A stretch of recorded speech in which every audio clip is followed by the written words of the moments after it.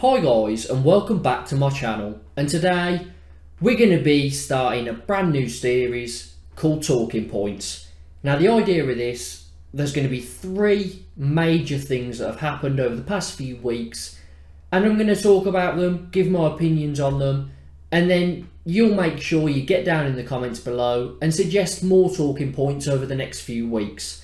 I want it to be a sort of, a fortnightly thing. If it's a bit quiet, maybe a monthly thing, but it's good to just, bring everything together, talk about some very interesting things. And I've been away for a little while. I've only been posting gaming videos, and it's because I've wanted to try and get the channel ready for this new season. Last season was my first year in YouTube, and I really enjoyed it. I think the channel progressed very well, but I want to strive higher. I want to try and, get quite a few subscribers together at the end of this season. So I want to set some goals now. I'm currently on 130 subscribers. By the end of the season, I'm going to aim big.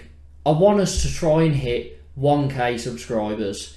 That would be absolutely brilliant. But I've just taken a few weeks to get things together. Last season, I didn't actually get any preparation time. I jumped into it very, very late. It was very, close to the start of the new season. But there's a lot of preparation time here, so I want to make the channel as enjoyable as possible for everyone. Make it interactive. We'll be doing a fantasy Premier League as well, so we've got that to look forward to. And when that starts to open, we'll talk about that in the future. But yeah, any ideas you've got for the channel, for videos, let me know down below and I'll see what I can do. But without further ado, let's get into our first talking point. And our first major talking point is Gareth Southgate's struggles in the Nations League.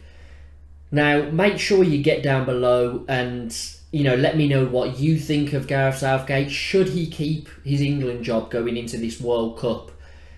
However, over the Nations League, we were terrible. We lost 1-0 to Hungary. Then we drew 1-1 with Germany from a late penalty that wasn't really much of a penalty, in my opinion. Then we draw 0-0 with Italy. And here's the embarrassing part. We go and lose 4-0 to Hungary. Now, no offence to Hungary. They set up perfectly in that game. They stuck to their game plan. They were very hard to break down. They kept getting us on the counter-attack. However, when you have the players at your disposal like England do, that cannot happen.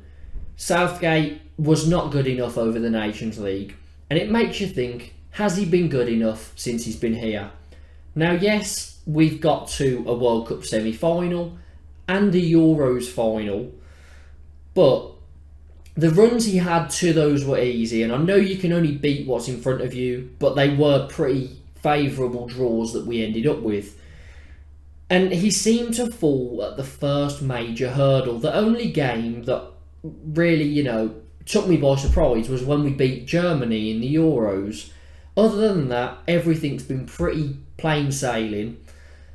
And in my honest opinion, we should have won the Euros. The Italy side that turned up in that final were not very good. We went up very, very early, and the tactics ruined the game, because when you go 1-0 up that early, it's unexpected. Go for the kill, go and get a second goal. There's no point sitting on a 1-goal lead. Sit on a 2-goal lead all you want, because 2 goals, you concede one, and then you're back to a 1-goal lead. So everything sort of resets. But we went 1-0 up, and then we had no shots on target for the rest of the game and extra time. Terrible. You cannot do that at all, not in a major final, but especially when our defence is the weakest part of our squad, looking at the players. So for me, Southgate, very bad, in the Euros. Done good to get there, but we had to win that game, really.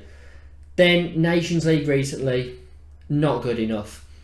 And I sort of think if we had a world-class manager like, a lot of teams, Luis Enrique, Mancini, they've got a lot of experience.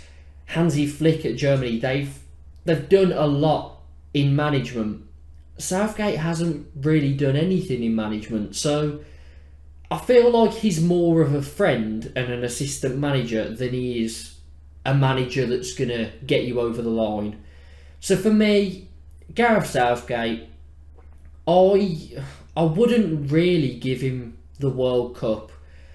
And that might be controversial. However, we're not going to win it with him in charge. Let's face it. He isn't the man to win us a major tournament. He can only get us so far. And we need someone to get us over the line. So for me, Southgate shouldn't be given the World Cup.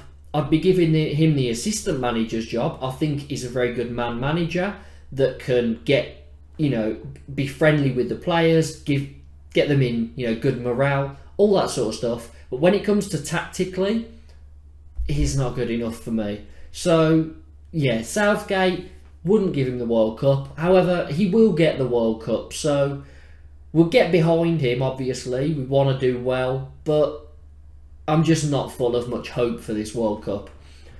So get down in the comments. Let me know what you think about Southgate. Should he take us into the World Cup? My answer on that is no. Now let's move on to the next talking point. City have a new star striker. Erling Haaland is one of the most exciting players in world football. This is an absolutely massive transfer. He's came in, the 21-year-old, and he's got a brilliant record everywhere he's gone. He's broken many records as well. 85 goals in 88 games for Dortmund, including 15 in 13 Champions League games. Just incredible. And it's, really a credit to where the Premier League is at the moment as such a competitive league. Well, not competitive as in who wins it, but the competition at the very top. The teams are brilliant. Everybody's, doing well in Europe now as well. So this is a massive, massive signing. Haaland, I've got no doubts that he's going to absolutely smash it in the Premier League. He's going to take this City attack to a new level. If you think they have spent the last 2 seasons winning the league, but without a recognised striker. Gabriel Jesus has been there, but he's been used on the wings quite a bit. He has been used up front a little bit, but to be honest, I don't think he is a proper out-and-out striker. More of a false 9 or a winger. Bringing in Haaland is going to change the complexity. Now, there is a bit of a worry that Haaland comes in, they do have to change the way they play, and it backfires because they're trying to bring someone in. It messes with their play. Pep Guardiola is such an intelligent manager. He gets the best out of players. He will be able to get the best out of Haaland. I don't have any doubts about that at all, because Guardiola, what he's done in the game, his brand of football is so enjoyable to watch for me. I know a lot of people don't like it because they say it's boring, they're too dominant, but it's just sort of a testament to how good they are that people find it boring because they are dominant. And yeah, this signing for me is the biggest signing so far of the summer, which is why we're talking about it. And he's just going to be a joy to watch in the Premier League. When the Fantasy Premier League does start, he'll definitely be going in my team. And for this season, I think he's going to get the Golden Boot, to be honest. But as a goal for the Premier League, if he can stay fit the whole season, I don't see a reason why he can't score 25 plus. You may be thinking, what are you on about? He's never been in a league this difficult. But he's very physical. He's got surprising speed. Like, he's very, very quick for his height and his stature. His finishing is one of the most deadly finishers in world football. So I've just got no doubts whatsoever that Haaland is going to be an absolute star for Man City, take them to another level. And the question about this, there's two.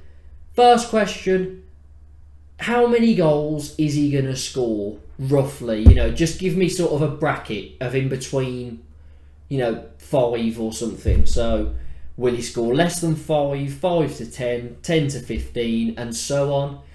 And then the second question, is this the missing piece to get Man City to that European trophy, to make them lift that Champions League for the first time? Because for me, it's inevitable that Man City will win the Champions League at some stage.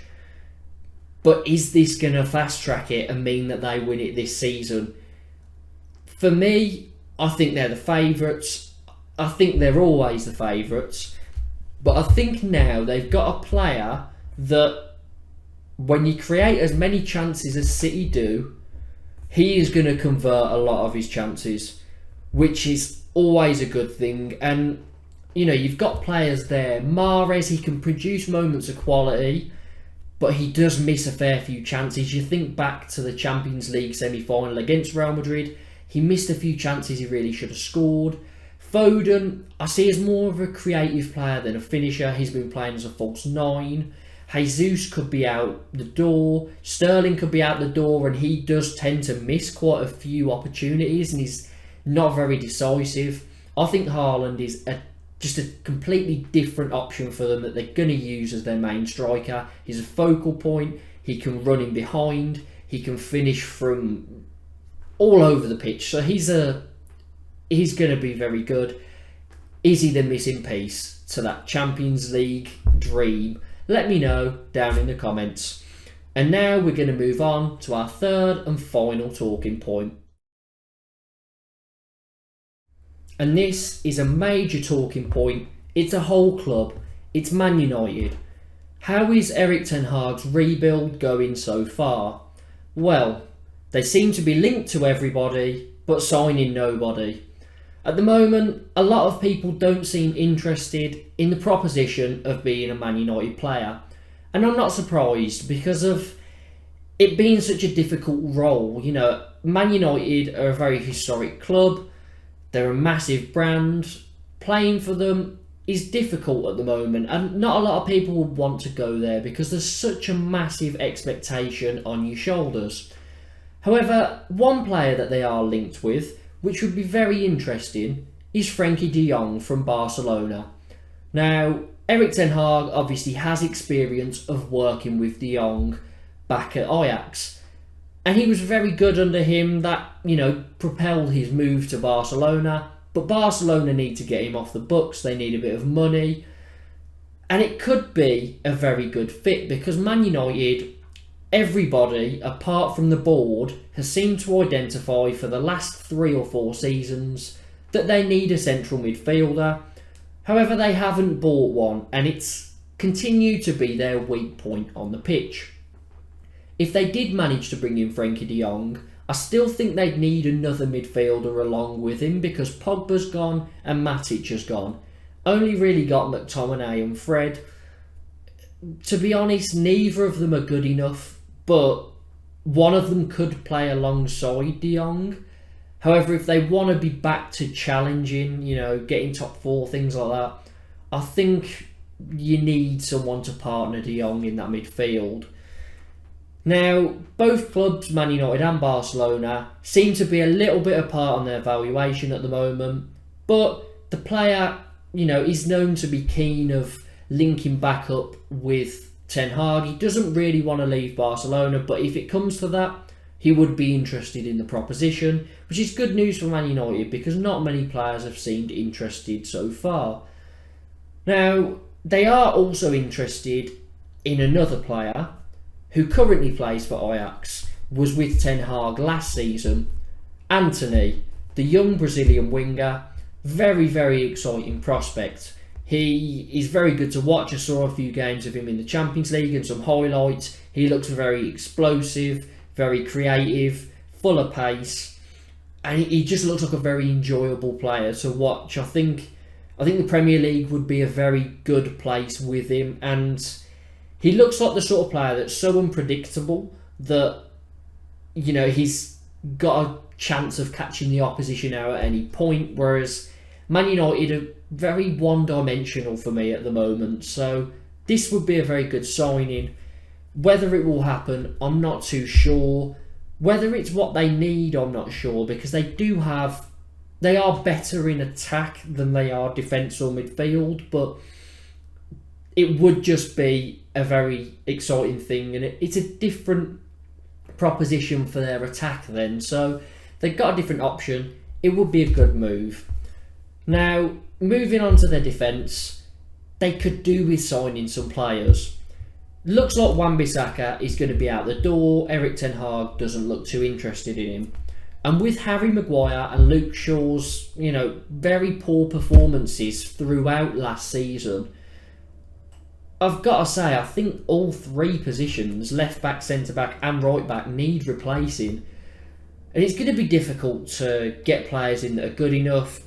It's very hard to just throw three defenders into a four-man defence and say, this is going to work. You're all going to gel together straight away. It is difficult. You sort of have to build a relationship with players around you to make your defence strong enough. So it's going to be tough. I can see them keeping Maguire in the squad with Varane, maybe playing Telles at left back, or still keeping Shaw and just getting rid of Wan-Bissaka. But for me, a priority for this team is a centre back. I think they need someone to partner Varane. Now, Maguire was supposed to come in, be this big leader, very good, doesn't make mistakes. Hasn't worked that way. I don't really see him as a leader unless he's playing for England. I think he's just very low on confidence, but he's not a great leader at all. You need someone like Ramos, who was with Varane, that works so well together. And Varane has looked a shadow of himself. He has had injury issues, so that can't be helping, but he doesn't look like the player that was at Real Madrid in that brilliant partnership with Ramos at all. So Man United, not going too well at the moment, as not a lot of people seem interested. They've made no signings. I think they actually posted the other day that Fred had a new haircut. So, that's pretty much how quiet it is at Man United. That sort of sums it up. But I'm sure, there's 2 months left of this transfer window, so I'm sure things will start moving very, very soon, and Ten Hag will be able to put his stamp on this squad. That is my final talking point, and my question is, how many players are Man United going to bring in, and are they going to manage to get top 4 at the end of the season?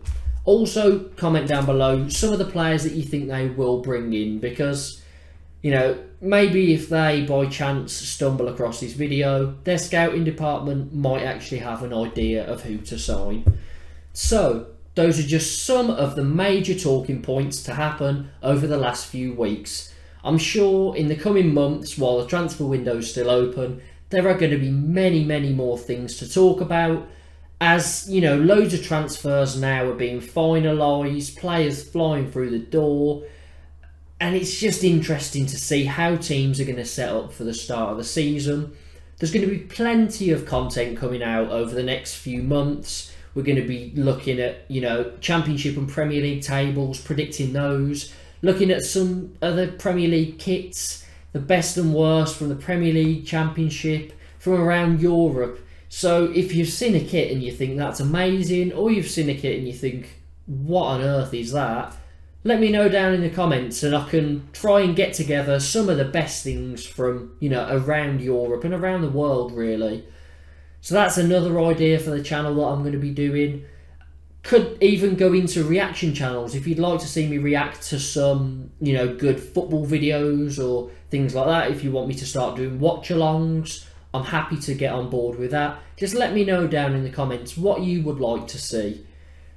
Make sure to hit that subscribe button. We've set the goal, 1,000 subscribers by the end of the season. It's very early on, it's very optimistic, but I feel with the things I'm bringing to the channel, trying to branch out into loads of different video ideas, stuff for you to interact with, that we can get there. We really can do it.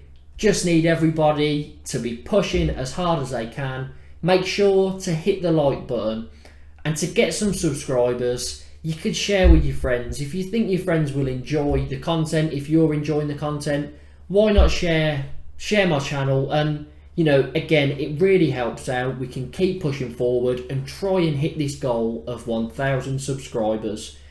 Make sure that you hit that notification bell for all the content that's coming over the next few months and the whole season. And for the first time this season, I'm gonna say it, I've got the Blues kit on. Not looking great at the moment, because if it stays as it is, we're probably gonna get relegated.